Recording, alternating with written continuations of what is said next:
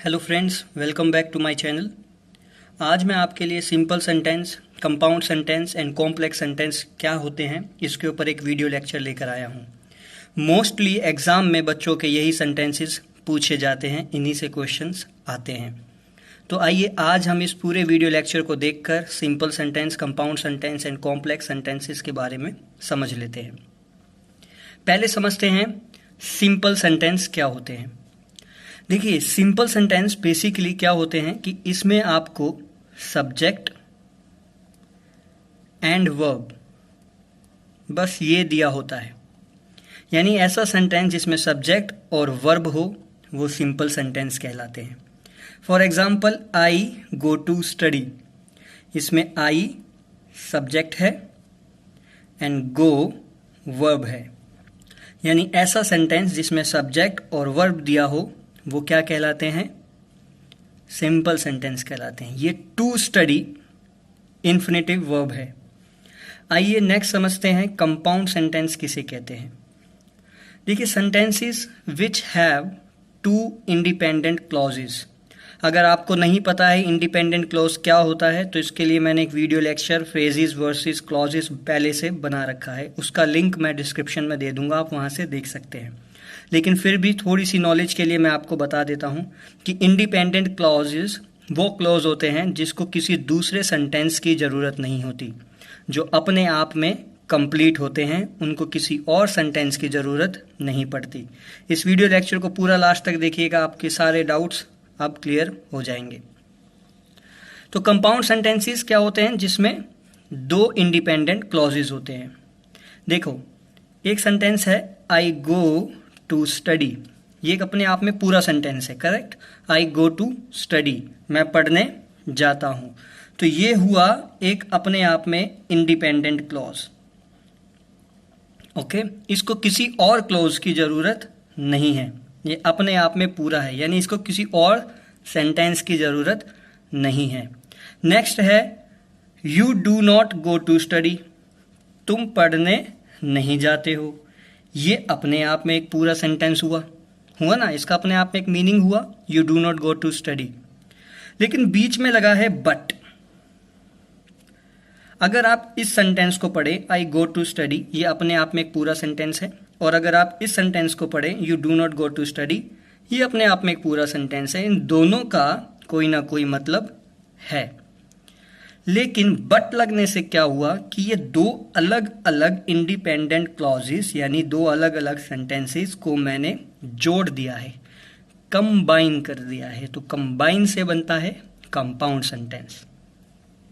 तो इस सेंटेंस को और इस सेंटेंस को अगर आप पढ़ें तो दोनों का अपना एक मीनिंगफुल सेंस है। आई गो टू स्टडी, मैं पढ़ने जाता हूँ। You do not go to study, तुम पढ़ने नहीं जाते हो। लेकिन मैंने बीच में यूज किया है बट, एक कंजंक्शन को यूज किया है। तो इसका मतलब हुआ मैं पढ़ने जाता हूं लेकिन तुम पढ़ने नहीं जाते हो। तो यानी कि दो अलग अलग सेंटेंसेस को अगर मैं किसी कंजंक्शन से जोड़ देता हूं तो वो क्या बन जाते हैं?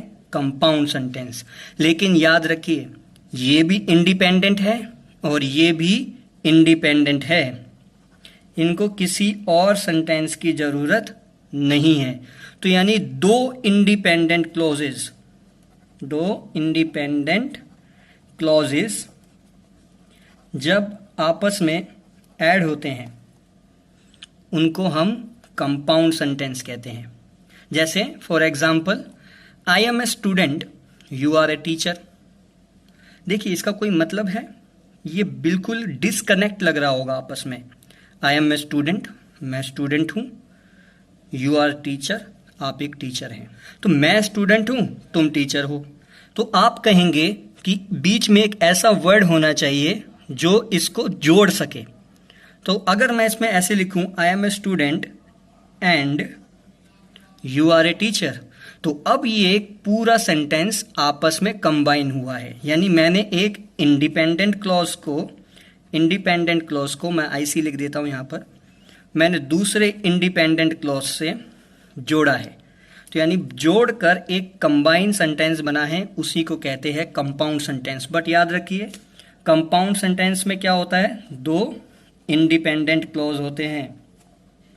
Okay, sorry for the spelling, 2 independent clause होते हैं। करेक्ट, ये ध्यान जरूर रखिएगा।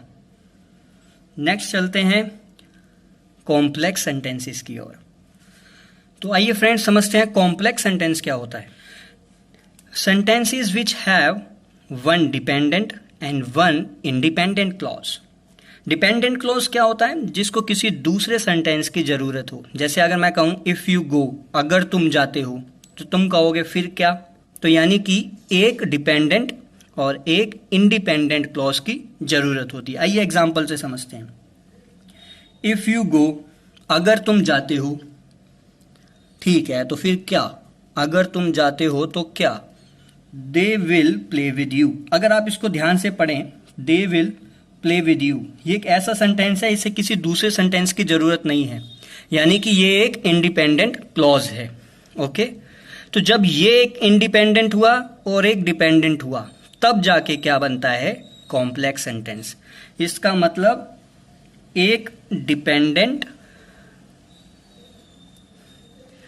प्लस एक इंडिपेंडेंट, इनको मिलाकर क्या बनेगा? Complex sentence. ओके, तो एक डिपेंडेंट हो और एक इंडिपेंडेंट क्लॉज हो, तब क्या बनेगा? Complex sentence. आइए दूसरे एग्जांपल से समझते हैं। I can say you are telling a lie.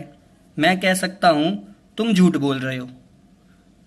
मैं कह सकता हूं, आई कैन से, ये आपको कंप्लीट सेंटेंस लग रहा होगा ना। आई कैन से, मैं कह सकता हूं, यू आर टेलिंग अ लाई, तुम झूठ बोल रहे हो।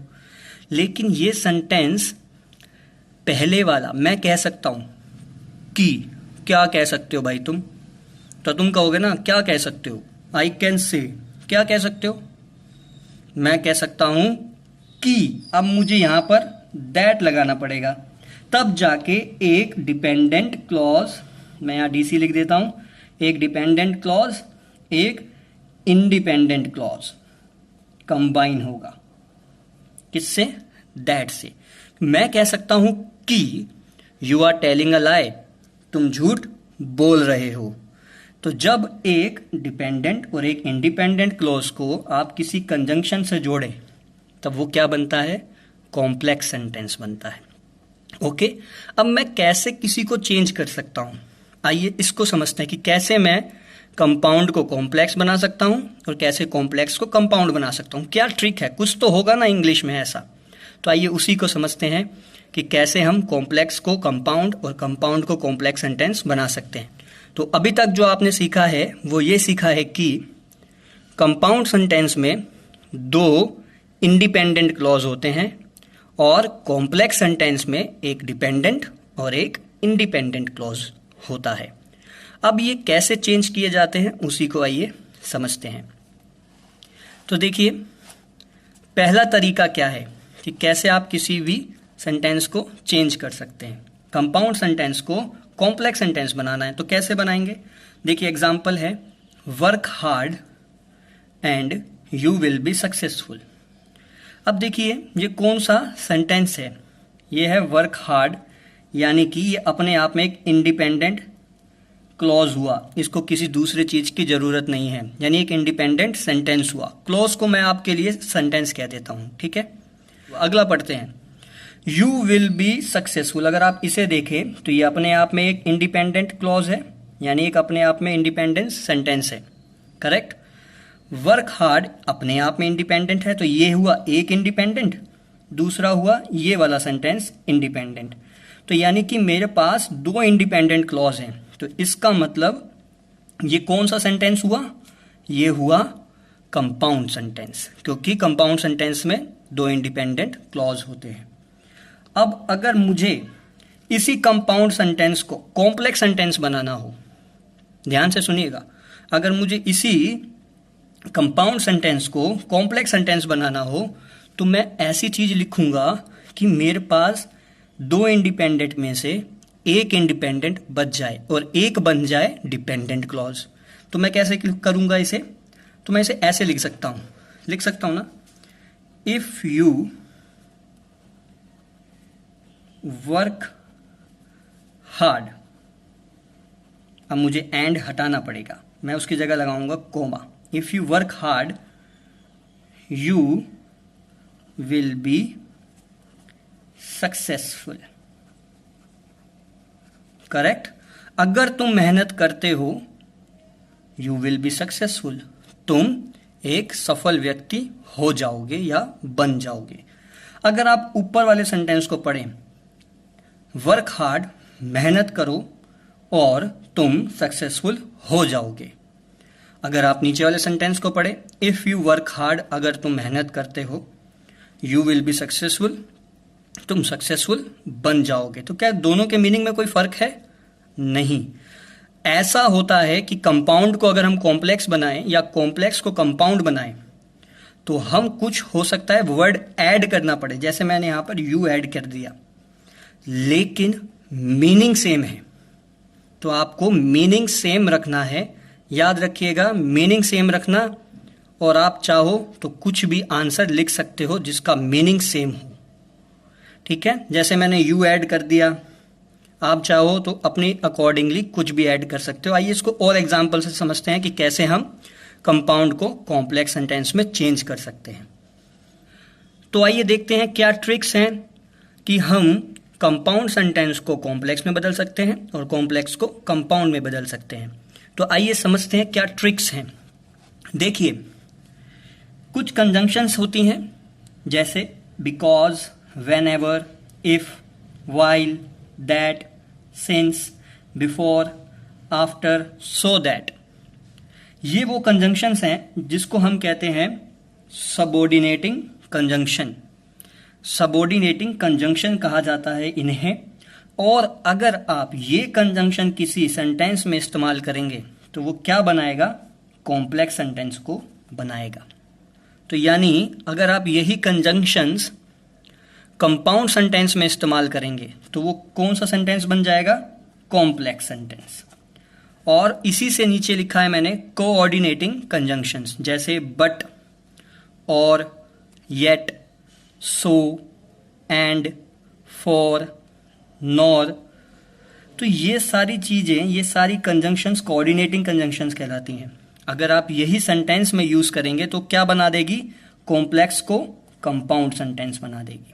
तो यानी अगर आप कॉम्प्लेक्स सेंटेंस बनाना चाहते हैं तो आप ये कंजंक्शन यूज करेंगे सबऑर्डिनेटिंग, और अगर आप कंपाउंड सेंटेंस में चेंज करना चाहते हैं कॉम्प्लेक्स सेंटेंस को तो आपको ये कंजंक्शंस यूज करनी पड़ेगी।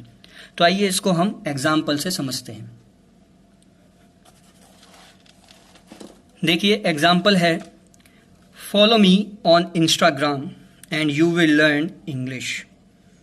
क्या कहा गया है कि मुझे इंस्टाग्राम पे फॉलो करो। देखो ध्यान से, फॉलो मी ऑन इंस्टाग्राम, ये अपने आप में एक सेंटेंस है, पूरा कंप्लीट मीनिंग दे रहा है। तो यानी ये एक इंडिपेंडेंट क्लॉज हुआ जिसको किसी दूसरे सेंटेंस की जरूरत नहीं। अब आप आगे देखिए, यू विल लर्न इंग्लिश, तुम इंग्लिश सीखोगे। तो ये भी अपने आप में एक फुल मीनिंग दे रहा है, यानी ये भी क्या हुआ? Independent clause. तो जब दो इंडिपेंडेंट क्लॉज मिलते हैं तो क्या बनता है? Compound sentence. अगर मुझे इसे कॉम्प्लेक्स सेंटेंस में चेंज करना हो तो मैं क्या करूंगा? मुझे क्या करना है कि मैं यहां पर एक वर्ड ऐड कर देता हूं। चलिए करके देखते हैं कि मीनिंग तो नहीं चेंज होगा।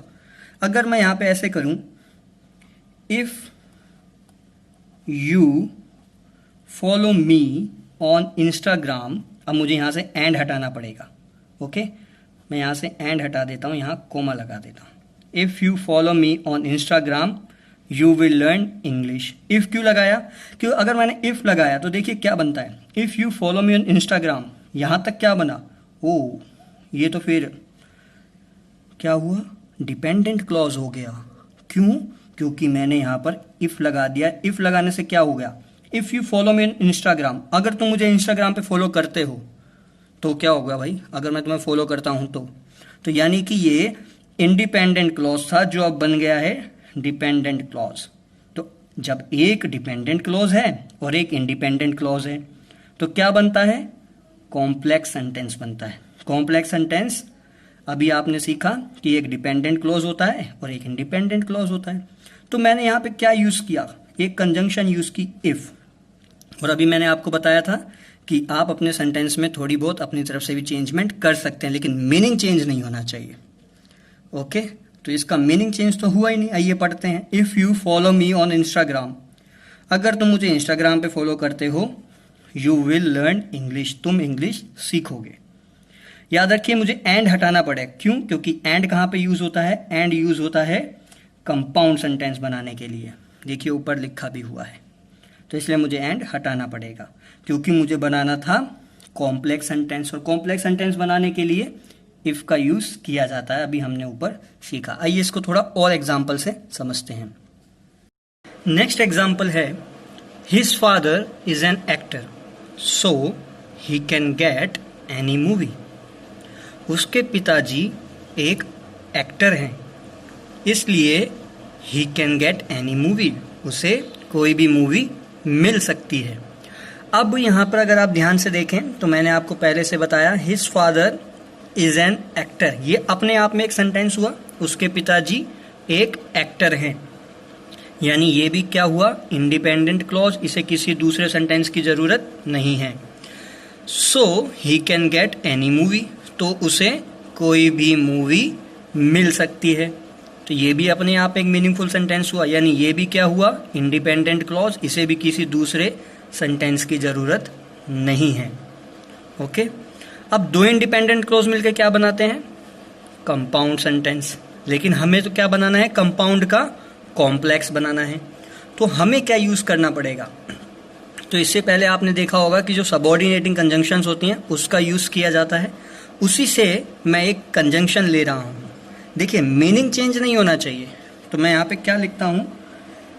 Because his father is an actor. अब मुझे सो हटाना पड़ेगा, क्योंकि सो कहाँ लगता है? कंपाउंड सेंटेंस में। हमें क्या बनाना है? कॉम्प्लेक्स। इसलिए मैंने सो हटाया, सिर्फ कॉमा लगाया। देखिए कैसे बनाया? बिकॉज लगा दिया। Because his father is an actor he can get any movie, क्योंकि उसके पिताजी एक एक्टर हैं, उसे कोई भी मूवी मिल सकती है। तो क्या सेंटेंस का मीनिंग चेंज हुआ? बिल्कुल नहीं। तो मैंने क्या यूज किया? बिकॉज। और बिकॉज यूज करते कब है? जब हम कॉम्प्लेक्स सेंटेंस बनाते हैं। तो कितना आसान है ना कि हमने कंपाउंड को कॉम्प्लेक्स बनाया सिर्फ कंजंक्शन का यूज करके। तो ऐसे ही बहुत आसान होता है, लेकिन हमें पता नहीं होता, इसलिए हमें मुश्किल लगता है। आइए एक एग्जाम्पल और समझते हैं। He wanted to speak English, he wanted to speak English so he worked hard. अब देखिए ये अपने आप में एक सेंटेंस हुआ, he wanted to speak English. इसका अपने आप में कोई मीनिंग है, इसको किसी दूसरे सेंटेंस की जरूरत नहीं है। तो ये क्या हुआ? ये हुआ इंडिपेंडेंट क्लॉज। मैं आईसी लिख देता हूं। सो ही वर्कड हार्ड, इसलिए उसने मेहनत की। अब ये भी एक हुआ इंडिपेंडेंट क्लॉज। जो अब दो इंडिपेंडेंट क्लॉज मिलते हैं तो क्या बनता है? Compound sentence. हमें बनाना क्या है? कॉम्प्लेक्स। और कॉम्प्लेक्स बनाने के लिए देखिए क्या करते हैं, ही वर्कड हार्ड। देखिए जरूरी नहीं है कि जो पहले लिखा हो आप उसे पहले ही लिखें। मैंने आपको पहले ही बता दिया है कि आप अपनी मर्जी से लिख सकते हैं, लेकिन मीनिंग चेंज नहीं होना चाहिए। आप चाहे तो पीछे वाले सेंटेंस को आगे ले जाइए, आगे वाले को पीछे ले जाइए, मीनिंग चेंज नहीं होना चाहिए। तो मैंने क्या किया? ही वर्कड हार्ड, उसने मेहनत की, सो दैट, ताकि ही कुड स्पीक इंग्लिश, वह इंग्लिश बोल सके। दोनों में कोई डिफरेंस है मीनिंग में? नहीं। इसीलिए अब ये सो दैट की यूज किया, क्योंकि सो दैट एक सबऑर्डिनेटिंग कंजंक्शन होती है जो कॉम्प्लेक्स सेंटेंस बनाने में यूज होती है। तो आप इस वीडियो लेक्चर को ध्यान से देखिएगा, ये बच्चों के एग्जाम में बहुत आता है, फिर कंफ्यूजन होती है। तो इस वीडियो लेक्चर को पूरा देख के इस कंफ्यूजन को दूर करिए और लॉकडाउन के समय अपने टाइम को यूटिलाइज करिए। आइए इसको एक एग्जाम्पल और से समझते हैं कि अभी तक हम जो सेंटेंसेस चेंज कर रहे थे वो क्या कर रहे थे? कंपाउंड को कॉम्प्लेक्स में कर रहे थे। अब करते हैं कॉम्प्लेक्स सेंटेंसेस को कंपाउंड में कैसे चेंज किया जाता है। आइए एक एग्जाम्पल है, you will pass if you work hard. देखिए यहां पे इफ आ गया। इफ कहां लगता है? कॉम्प्लेक्स सेंटेंसेस में। यू विल पास, तुम पास हो जाओगे अगर तुम मेहनत करते हो। Okay, you will pass if you work hard, ये है इफ लगने से कौन सा सेंटेंस देखो, यू विल पास, तुम पास हो जाओगे, ये हुआ एक इंडिपेंडेंट क्लॉज, इसको किसी दूसरे सेंटेंस की जरूरत नहीं है। अगर तुम मेहनत करते हो, लेकिन इसको जरूरत है, क्यों? क्योंकि कह रहा है अगर तुम मेहनत करते हो। इसको अगर आप पढ़ो, अगर तुम मेहनत करते हो तो क्या, यानी कि ये एक डिपेंडेंट क्लॉज है, इसको किसी दूसरे सेंटेंस की जरूरत है, दूसरे सेंटेंस पे ये डिपेंड करता है। तो ये हुआ डिपेंडेंट क्लॉज। तो जब एक इंडिपेंडेंट हो और एक डिपेंडेंट हो तो क्या बनता है? कॉम्प्लेक्स सेंटेंस बनता है। तो हम क्या करेंगे? कॉम्प्लेक्स को कंपाउंड में चेंज करेंगे। तो हम क्या करेंगे? कुछ वर्ड हो सकता है कि हमें जोड़ने पड़े और हो सकता है कुछ वर्ड घटाने पड़े, मीनिंग चेंज नहीं होना चाहिए बस। तो हम क्या करेंगे? वर्क हार्ड, मेहनत करो, एंड यू विल पास, और तुम पास हो जाओगे। ऊपर क्या मीनिंग था? तुम पास हो जाओगे अगर तुम मेहनत करते हो। मैंने क्या कर दिया? वर्क हार्ड, मेहनत करो और तुम पास हो जाओगे, है ना मीनिंग सेम। तो अब मैंने यहाँ पर एंड का यूज़ किया, और एंड आपको पता है कहाँ यूज़ होता है? जब हम कंपाउंड सेंटेंस बनाते हैं। तो ये हुआ वर्क हार्ड, मेहनत करो, एक इंडिपेंडेंट क्लॉज, और दूसरा हुआ यू विल पास, तुम पास हो जाओगे, ये भी हुआ इंडिपेंडेंट क्लॉज। तो यानी कि हमने इफ हटा दिया, क्या यूज़ किया? एंड। तो ये भी इंडिपेंडेंट, ये भी इंडिपेंडेंट, और जब दो इंडिपेंडेंट मिलते हैं तब क्या बनता है? तब बनता है कंपाउंड सेंटेंस। ओके, जब कंपाउंड सेंटेंस बनेगा तो हमारा आंसर ठीक आएगा। अब ये जरूरी नहीं है, हो सकता है किसी और का आंसर सही हो लेकिन उसके वर्ड्स ज़्यादा हों, तो वो उसने किस तरीके से बनाया है वो डिपेंड उस पर करता है। आपने किस तरीके से बनाया है वो डिपेंड आप पर करता है। जैसे सबकी राइटिंग एक जैसी तो नहीं होती ना, अलग अलग होती है, लेकिन स्पेलिंग तो सेम होती है। तो ये भी ऐसे ही है। तो आइए नेक्स्ट एग्जाम्पल से समझते हैं। नेक्स्ट है change the following into compound sentence, कि नीचे दिए गए सेंटेंस को हमने कंपाउंड सेंटेंस में चेंज करना है। Because I did not have ID card they did not allow me to vote, क्योंकि मेरे पास ID कार्ड नहीं था उन्होंने मुझे वोट देने के लिए अलाउ नहीं किया। ठीक है, अब हम इसको करेंगे किस में चेंज? कंपाउंड सेंटेंस में। लेकिन मैं चाहता हूँ ये आप करके दिखाएं। ठीक है, तो मैं आपका इंतज़ार कर रहा हूँ, वेटिंग फॉर योर कमेंट। आपके कमेंट का मैं वेट कर रहा हूँ, देखते हैं आप में से कितने स्टूडेंट इसको कर पाते हैं। Okay, thank you so much guys for watching this video, thank you. And अगर वीडियो पसंद आया हो तो please subscribe my channel. Thanks a lot.